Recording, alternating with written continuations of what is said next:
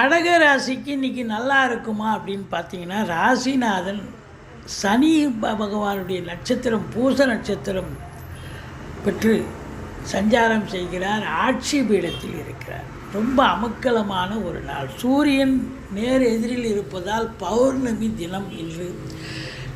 நீங்கள் சிவனை வழிபாடு செய்யுங்கள், குலதெய்வ வழிபாடு செய்யுங்கள். இன்றைக்கி ஒரு அற்புதமான ஒரு நாள்.